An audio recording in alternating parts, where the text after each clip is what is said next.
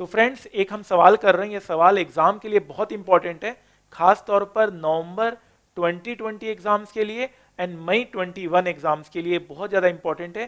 Capital budgeting का सवाल है, इंटर एफए में ये सवाल पूछा जा सकता है। मैं इस सवाल का जो लिंक है वो मैं डिस्क्रिप्शन बॉक्स में दे दूंगा, हालांकि मैं इमेज भी दिखाऊंगा।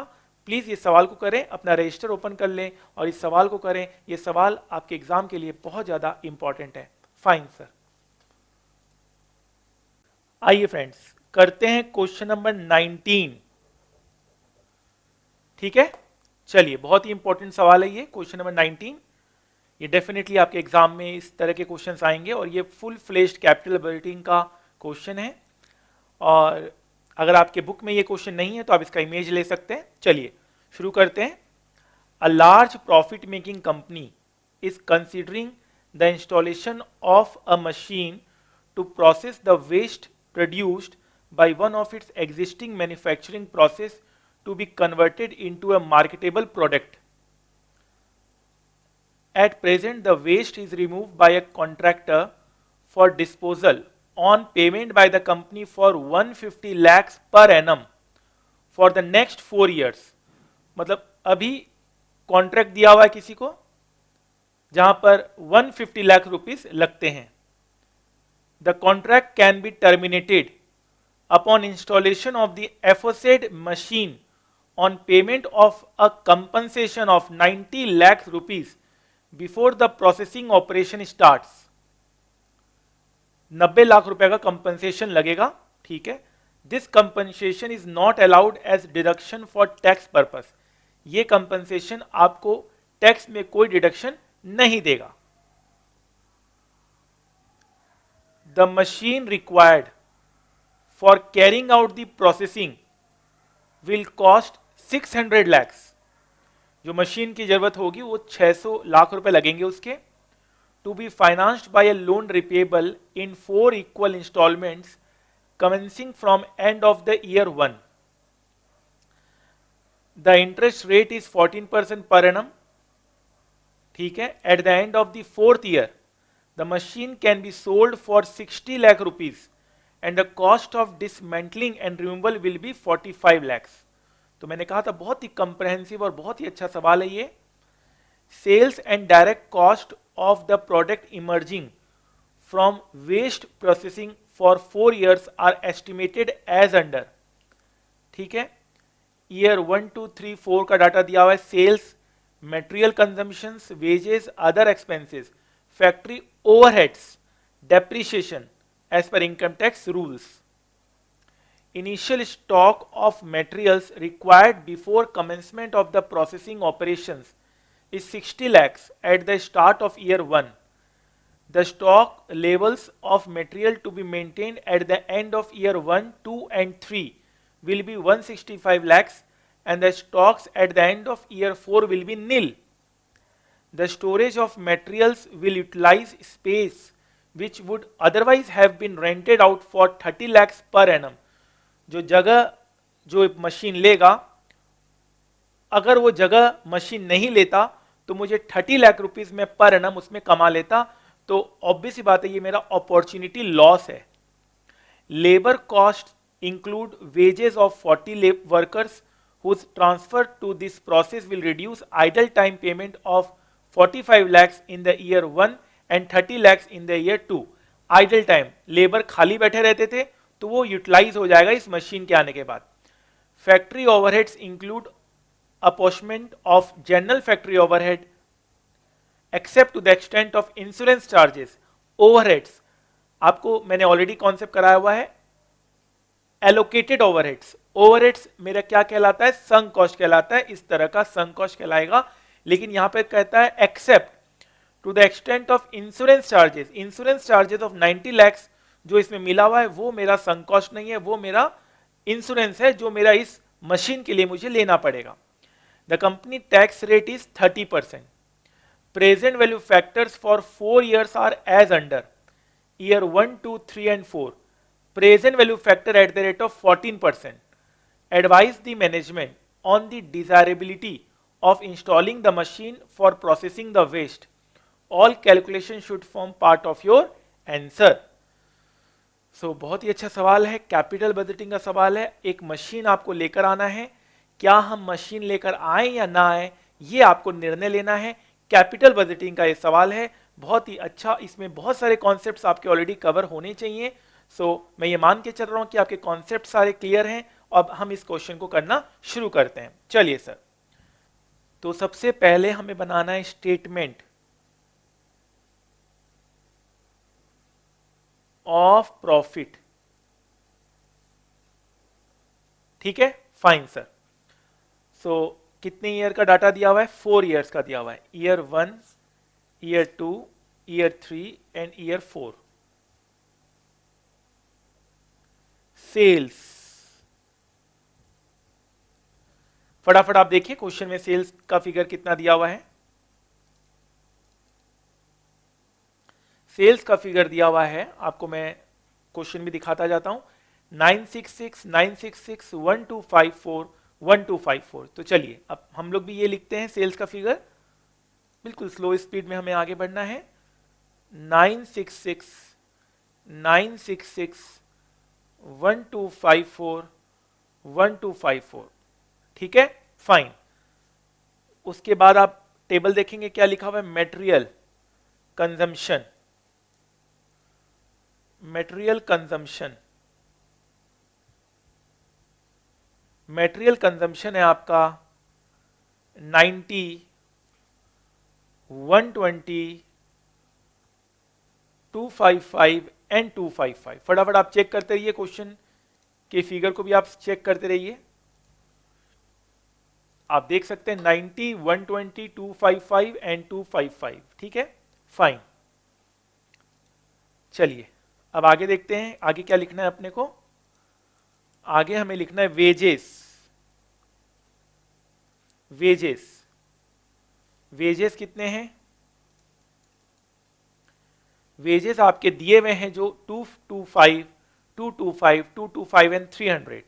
ठीक है, लेकिन यहां पर वेजेस का कुछ पॉइंट दिया हुआ था, कुछ आइडल टाइम का कुछ पॉइंट दिया हुआ था। जरा उसको एक बार फिर से रिविजिट करते हैं और समझते हैं बात को। तो पहले आप चाहें तो मैं ये लिख सकता हूं 225, 225, 255, 255 माइनस। ठीक है, माइनस। अब आप फटाफट देखिए कौन सा पॉइंट में लिखा हुआ था वेजेस के बारे में। ठीक है, आप भी देखेंगे, मैं भी देखूंगा। लिखा हुआ है साफ साफ, जो मेरे वेजेस हैं, मेरे खाली बैठे रहते थे, उसकी वजह से, इस मशीन के आने की वजह से, labour cost include wages of 40 workers whose transfer to this process will reduce idle time payment of 45 lakhs in year 1। मतलब इस मशीन के आने की वजह से उनका जो खालीपन है वो दूर हो जाएगा, उससे मेरा कॉस्ट सेव होगा। तो वो क्या आएगा? वो आएगा आपका 45 lakhs in year 1 and in year 2 it is 30 and year 3 और year 4 के बारे में कुछ नहीं बोला है।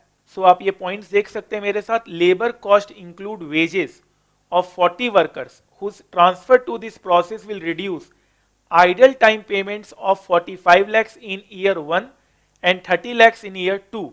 फाइन सर, कोई दिक्कत नहीं है। ये आपका आएगा 45 lakhs और ये आपका आएगा 30 lakhs, जो इस मशीन के आने की वजह से मेरा जो आइडल टाइम होता था, जो मेरे वर्कर्स खाली बैठे रहते थे, अब वो खाली नहीं बैठे रहेंगे, अब वो काम करेंगे। उसकी वजह से मेरा जो वेजेस सेव्ड होगा वो 45 एंड 30 होगा। तो वेजेस का आप यहां पर एक साथ लिख सकते हैं। जो फाइनल फिगर आ रहा है आपका 225 माइनस 45, तो यह आपका आ रहा है 180।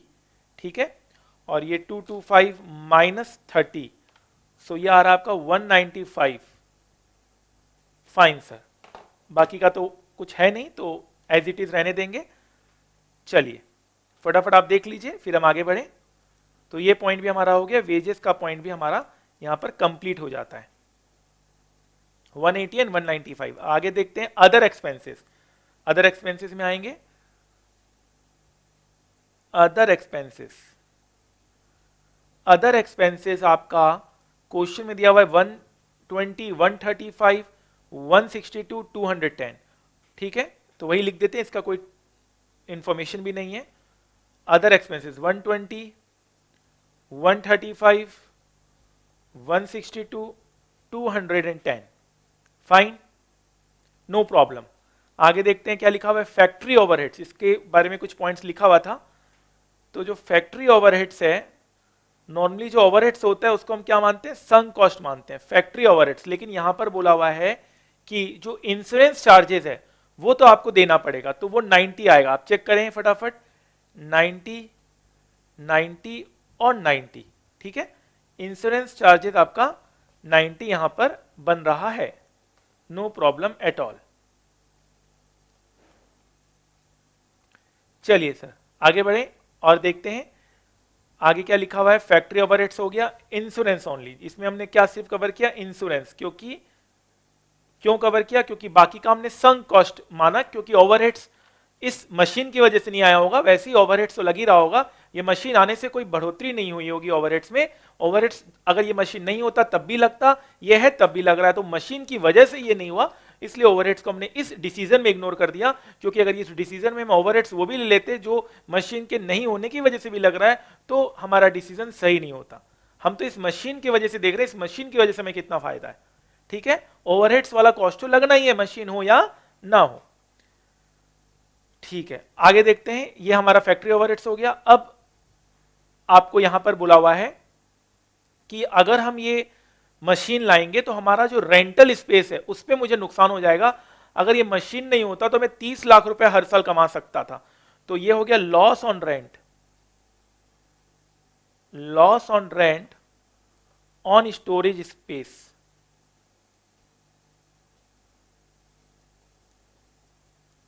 ये हमारा क्या हो गया, अपॉर्चुनिटी कॉस्ट हो गया। इसको क्या बोलेंगे, अपॉर्चुनिटी कॉस्ट,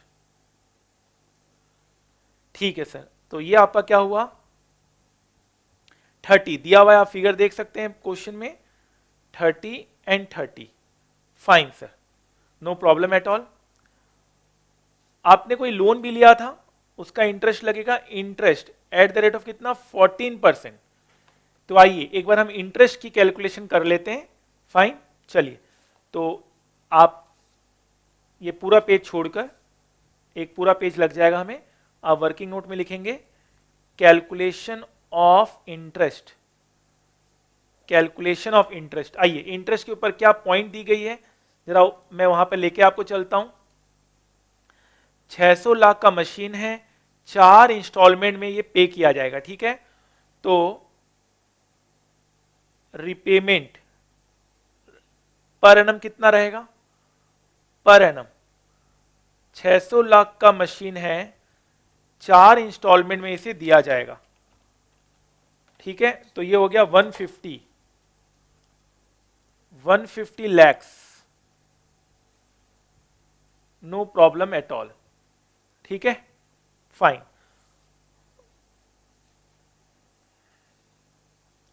सो अब हमें इंटरेस्ट पे करना है, तो इंटरेस्ट फॉर फर्स्ट ईयर कितना होगा, 14% इंटरेस्ट है, तो पहले साल तो पूरा 600 में लगेगा। फिर नेक्स्ट ईयर इंटरेस्ट किस में लगेगा, ये ईयर 1 है, ईयर 2 इंटरेस्ट 14%, मेरा 150 पे हो चुका होगा, तो बचा कितना, 450 लैक्स। ईयर 3 इंटरेस्ट अगेन मेरा 150 पे हो चुका होगा, बचा कितना, 300 लैक्स। ईयर 4 इंटरेस्ट अगेन मेरा 150 पे हो चुका होगा, बचा कितना, 150, वो भी हम पे कर देंगे। तो नॉर्मल क्वेश्चन है अपना ये इंटरेस्ट पे करने का, इससे अच्छे हमने हायर परचेज में सवाल किए हुए हैं। तो फटाफट आप इंटरेस्ट कैलकुलेट करेंगे इनटू 14%, सो ये आपका हो गया 84,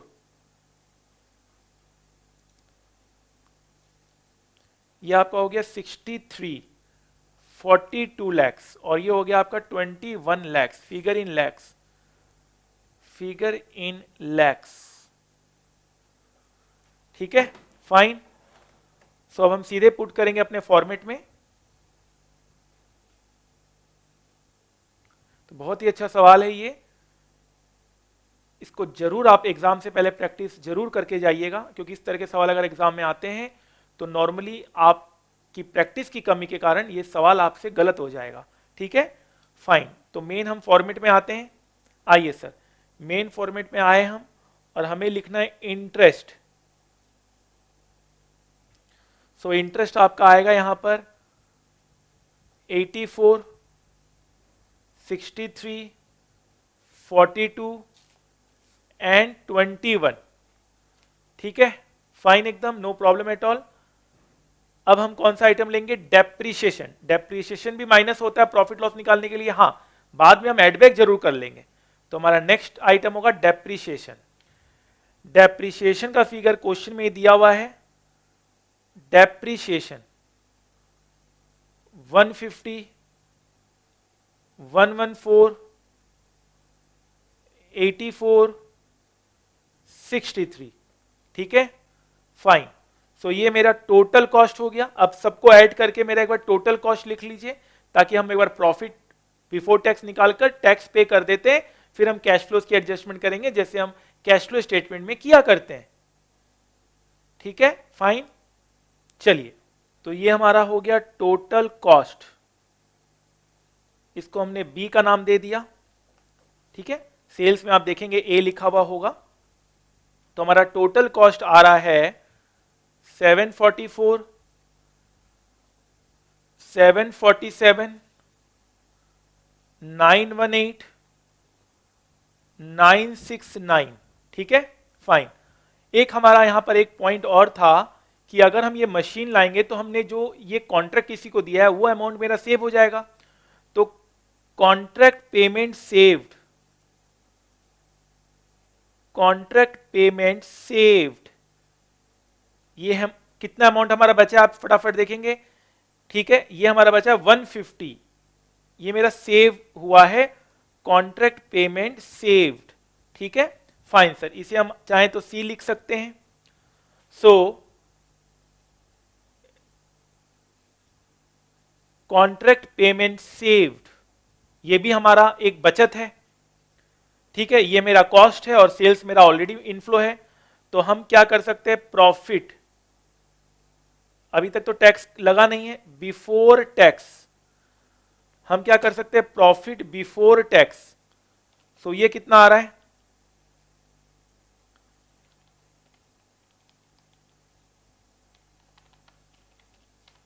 ये आपका आ रहा है 372। 372 कैसे आया? ए मेरा फायदा है, सी मेरा फायदा है, बी मेरा कॉस्ट है। ठीक है, बिल्कुल आराम से धीरे धीरे चल रहे हैं ताकि आपको पूरा मौका मिले क्वेश्चन करने का। प्रॉफिट बिफोर टैक्स, ये कितना आ रहा है? आप खुद कैलकुलेशन चेक करेंगे। 369,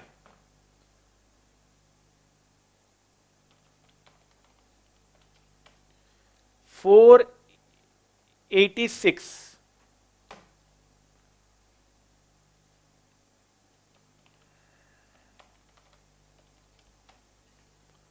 और यह आपका रहा है 435।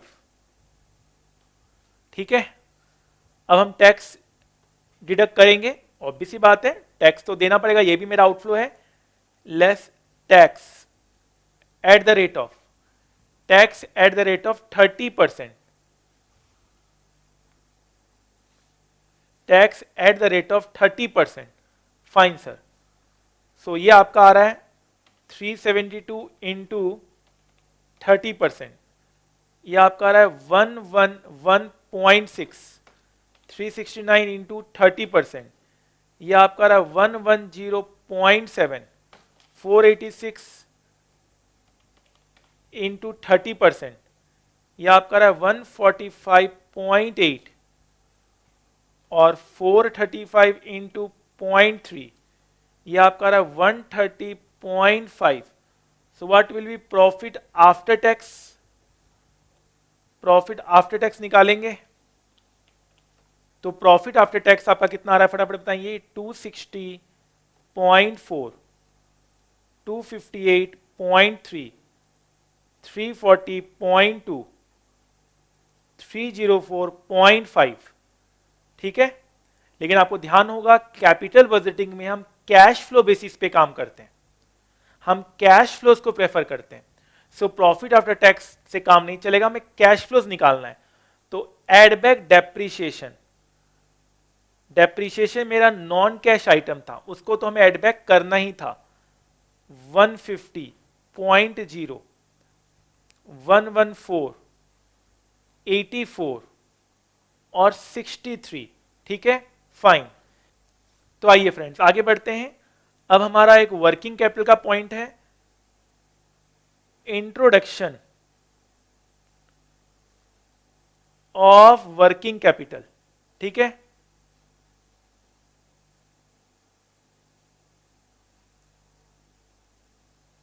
सो जीरो पीरियड का भी हमारे फॉर्मेट में हमने जीरो पीरियड नहीं लिखा है, इसलिए मैं जीरो पीरियड का नहीं लिख रहा हूं। वर्किंग कैपिटल के बारे में क्या पॉइंट लिखा हुआ था, जरा उसको एक बार पढ़ते हैं और समझते हैं। वर्किंग कैपिटल के बारे में पॉइंट आपके सामने है, आप देखिए जरा एक बार। वर्किंग कैपिटल में लिखा हुआ है 60 lakhs तो जीरो पीरियड में होगा at the start of the year 1। At the start of the year 1 मतलब year 0, at the start of year 1 मतलब year 0। The stock levels of material to be maintained at the end of 1, 2 and 3 year will be 165। 60 से शुरुआत हुआ था, 165 हो गया, तो इसका मतलब ईयर एंड 1 में 105 लाख और लाया गया होगा कैपिटल, ठीक है। और लिखता है stock at the end of 4 year will be nil, 4 year में स्टॉक नील हो जाएगा, मतलब हमने स्टॉक को बेच दिया होगा। तो इंट्रोडक्शन ऑफ वर्किंग कैपिटल में 105 आएगा इंट्रोडक्शन से। 60 क्यों नहीं लिया, क्योंकि जीरो पीरियड में अभी हमारा काम नहीं कर रहे हैं, हम जीरो पीरियड में अलग से काम करके आपको करवा देंगे। और यहां पर आपका है plus release of working capital, release of working capital, ठीक है। ये आपका आ गया 165, 165, ठीक है, फाइन। तो ये इस तरह के कॉन्सेप्ट्स हमने ऑलरेडी कर लिए हैं, क्लास में मैंने ये सारी चीजें आपको करवा दी है, हर चीज का मैंने आपको नोट्स दे दिया है, कॉन्सेप्ट दे दिया है, ठीक है सर। जो वर्किंग कैपिटल हमने इस प्रोजेक्ट के लिए लाई थी वो हमने रिलीज कर ली, सिंपल सा फंडा है। अगर हम पैसा लाएंगे, पैसा लगाएंगे तो आउटफ्लो, पैसा लेकर जाएंगे तो इनफ्लो। आइए अब हम क्या करेंगे, अब हमारा एक लोन रिपेमेंट हुआ था, लोन रिपेमेंट अमाउंट। सर वो पहले नहीं लिया, नहीं लेते हैं। लोन रिपेमेंट को आप कभी प्रॉफिट एंड लॉस अकाउंट में लिखते हैं, लेकिन कैश फ्लो स्टेटमेंट में जरूर आता है। Cash flow from operating activity, cash flow from financing activity, cash flow from investment activity, fine sir. तो लोन रिपेमेंट आपका हर साल हो रहा है 150, 150, ये आपका हर साल लोन रिपेमेंट हो रहा है, फाइन सर। और आपको जब आपने मशीन बेचा होगा तो आपको कुछ मिला भी होगा, पैसा मिला होगा। Add, add profit on sale of machine, ठीक है। नेट ऑफ ऑल, सब कुछ नेट कर लीजिए। यहां पर आप मुझे फटाफट बताएंगे वो चीज कहां लिखा हुआ है, प्रॉफिट वाला बात कहां लिखा हुआ है, आप भी बताएं, मैं भी आपको बताता हूं। आप देख सकते हैं साफ साफ यहां लिखा हुआ है eight the end of 4th year machine can be sold for 60 lakhs। 60 lakh में बेच देंगे, लेकिन 45 lakhs रुपीज लगेगा इसको रिमूवल कॉस्ट। तो मेरा नेट प्रॉफिट कितना हुआ, नेट कितना हुआ 60 माइनस 40, 60 माइनस 45, 60 माइनस 45, ये हमारा हुआ, ये लास्ट ईयर बेचेंगे और नेट हमारे हाथ में आएगा 15 लाख, नेट हमारे हाथ में आएगा 15 लाख, फाइन एकदम, कोई दिक्कत नहीं है।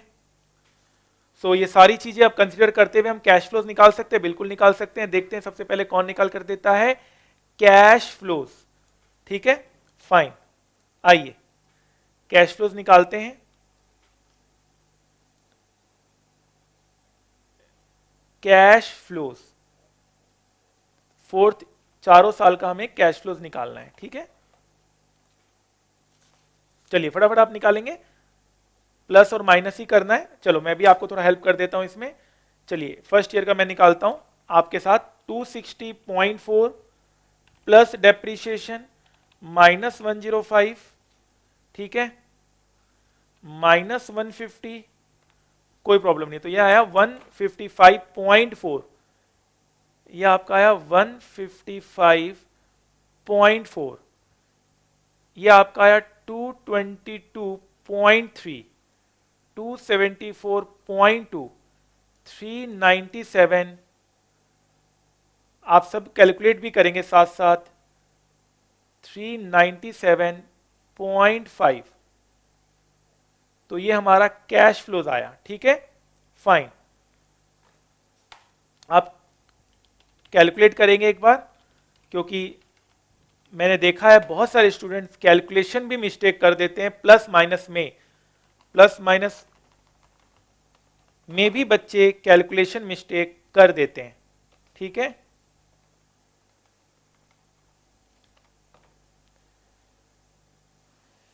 चलिए, अब हमारे कैश फ्लोज आ गए। अब हम यहां पर बनाएंगे अपना फॉर्मेट ईयर। हम अपना कैपिटल रेटिंग का फॉर्मेट बनाते हैं जीरो। जीरो में आपका सबसे पहले हमारा है कंपनसेशन पेड। हमने कंपनसेशन दिया था, याद होगा आपको, कितना का, 90 लाख रुपीस का। 90 लाख रुपीस का हमने कंपनसेशन दिया था, और जीरो पीरियड में ही हमने introduction of working capital 60, fine एकदम। और ईयर एंड 1 में हमें कैश इनफ्लो मिला होगा, डेट इज 155.4। ईयर एंड 2 में हमें कैश इनफ्लो मिला होगा, डेट इज 222.3। ईयर एंड 3 में भी हमें कैश इनफ्लो मिला होगा, डेट इज 274.2। ईयर एंड 4 में भी मुझे कैश इनफ्लो मिला होगा, 397.5, ठीक है, फाइन। इन सब को हम प्रेजेंट वैल्यू करके हमें क्या आएगा, नेट प्रेजेंट वैल्यू। कोई दिक्कत नहीं है, फटाफट आप करें। मैं अभी फिर से आपको पूरा फॉर्मेट दिखा रहा हूं। प्रेजेंट वैल्यू फैक्टर कितना परसेंटेज दिया हुआ है, 14%। फटाफट देखेंगे, जीरो पीरियड का तो 1 ही होता है, ठीक है। और बाकी का देखिए क्या लिखा हुआ है, 0.877, 0.769, 0.674, 0.592, नो प्रॉब्लम एट ऑल, दिया हुआ है क्वेश्चन में ही। तो हमारा आ जाएगा प्रेजेंट वैल्यू। ये ब्रैकेट में दे दीजिए, क्योंकि ये आउटफ्लो है 90। बहुत सारे लोग सोच रहे होंगे सर 600 लाख क्यों नहीं लिया आउटफ्लो में। अगर आप सोच रहे हैं तो थोड़ा रुकिए, उसका मैं आपको आंसर जरूर दूंगा, थोड़ी देर में दूंगा। 60, आप भी सोच के रखिए उसका आंसर। ये आपका आएगा 136.28, दो डिजिट से अप्रोक्स कर दीजिएगा, 170.95, 184.81, 235.32, नो प्रॉब्लम एट ऑल। तो ये अपना नेट प्रेजेंट वैल्यू कितना आया, फटाफट आप करेंगे टोटल और नेट करके बताएंगे, 577.36 प्लस आ रहा है, ठीक है। मैं 1 मिनट का समय देता हूं, आप कैलकुलेशन खुद भी करें, मैं आपको 1 मिनट का यहां पर वक्त दे रहा हूं, ठीक है सर।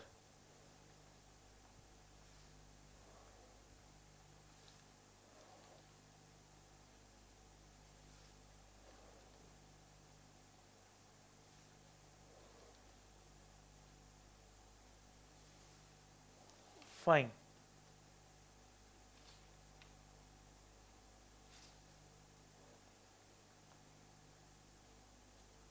ठीक है। नेट प्रेजेंट वैल्यू पॉजिटिव आ रहा है, तो हमें एक्सेप्ट करना चाहिए। डिसीजन जरूर लिखिएगा, 1 नंबर डिसीजन के लिए होता है। डिसीजन लिखेंगे, since NPV is positive,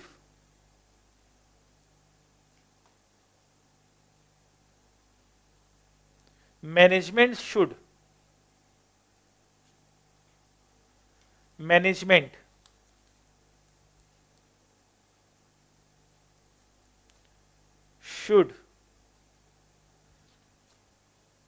install the machine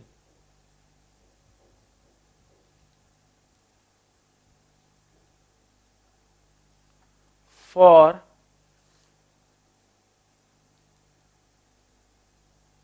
processing the waste. Since NPV is positive, management should install the machine for processing the waste. क्योंकि एनपीवी पॉजिटिव है, मैनेजमेंट को मशीन इंस्टॉल करना चाहिए वेस्ट को प्रोसेस करने के लिए. फाइन सर,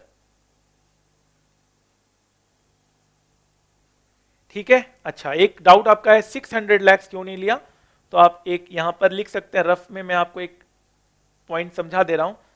600 लाख इसलिए नहीं लिया क्योंकि 600 लाख तो मेरे पॉकेट से गए नहीं, मैंने तो लोन में लिया था ना.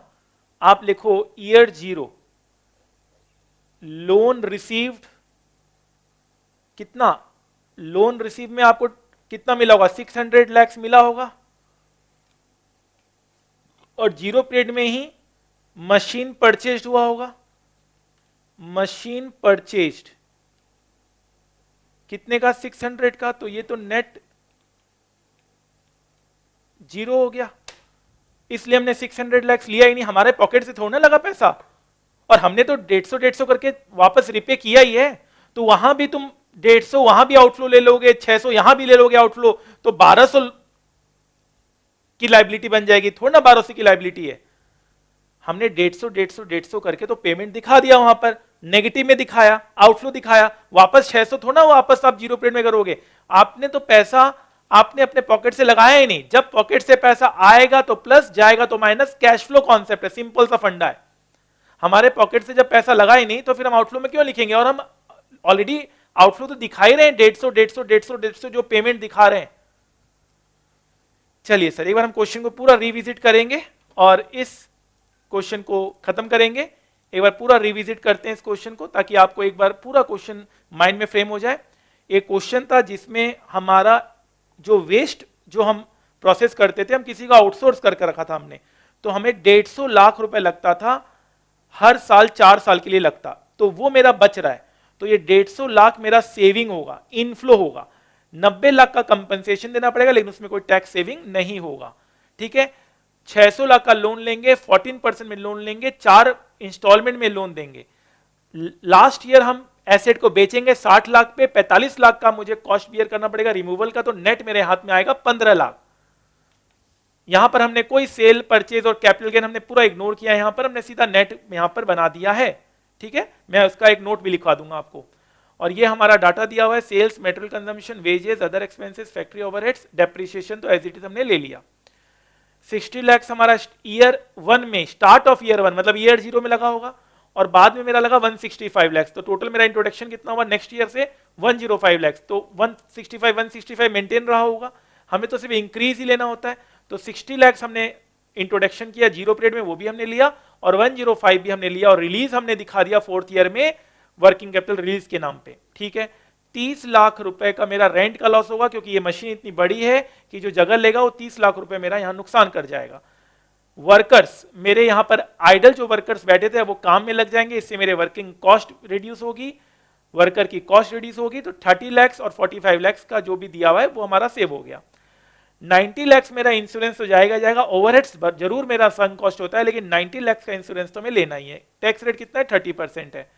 प्रेजेंट वैल्यू फैक्टर भी दिया हुआ था, और हमें ये बताना था कि मैनेजमेंट को ये मशीन लाना चाहिए कि नहीं लाना चाहिए. तो हमने फैसला ये लिया कि ये मशीन को लाना चाहिए. ठीक है, एक हम नोट लिखना चाहें, आप एक नोट लिख सकते हैं, profit and loss tax effect, एक नोट लिख लेंगे,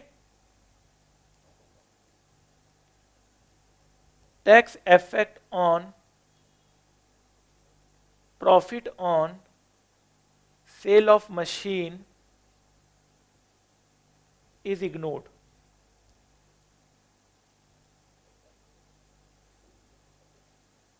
ठीक है, क्योंकि डेप्रिसिएशन एज पर टैक्सेशन दिया हुआ था, सो इसलिए हमने इग्नोर कर दिया, और क्वेश्चन का ये लैंग्वेज भी इसी तरह से जा रहा था। फाइन, बाकी आपको अगर डाउट है तो आप नोट लिख सकते हैं, हालांकि नोट लिखने की जरूरत नहीं है। तो कैसा लगा सवाल? डेफिनेटली अच्छा लगा होगा, और आई होप ये घर जाके आप जरूर एक बार इस सवाल को भी अपने एक बार हाथ से जरूर करेंगे, ताकि आपको कोई एग्जाम में ये प्रॉब्लम ना हो। अगर यही सवाल आपके एग्जाम में आ गया तो आप बिल्कुल तैयार हो इस सवाल के लिए। ठीक है, फाइन, चलिए, thank you so much friends. तो फ्रेंड्स, इसी तरह से हम लोग क्वेश्चंस आपको बताते रहेंगे, इंपॉर्टेंट क्वेश्चंस बताते रहेंगे। जो ओल्ड बैच जिस स्टूडेंट्स ने लिए हैं उनको घबराने की जरूरत नहीं है, मैं टाइम टू टाइम आपको अपडेट्स देता रह रहा हूँ अपने ग्रुप में। जो आपने ग्रुप ज्वाइन किया है, हमने उसमें आपको समरी नोट्स भी दिया है, फॉर्मूला बुक भी दिया है, पूरा इको का समरी नोट्स बना कर दिया है। तो प्लीज़ आप ग्रुप में जाइए और वहाँ पर सारे इन्फॉर्मेशन को देखिए, वो सब आपके पास है जो बच्चों ने मेरे से क्लास लिया है। और डेफिनेटली इंटर एफएम इको में आपको 100% मार्क्स सिक्योर करना है, तो आपको ये जो भी मैंने आपको तरीके बताए, जो कॉन्सेप्ट मैंने आपको बताया, वो डेफिनेटली आपको रिवाइज करना ही है। Fine, thank you so much friends. इस तरह से अगर कोई भी क्वेश्चन इंपॉर्टेंट होता है तो मैं आपको इस चैनल में जरूर इसे अपलोड करूंगा, ताकि सारे स्टूडेंट्स को इससे फायदा मिले। Thank you so much.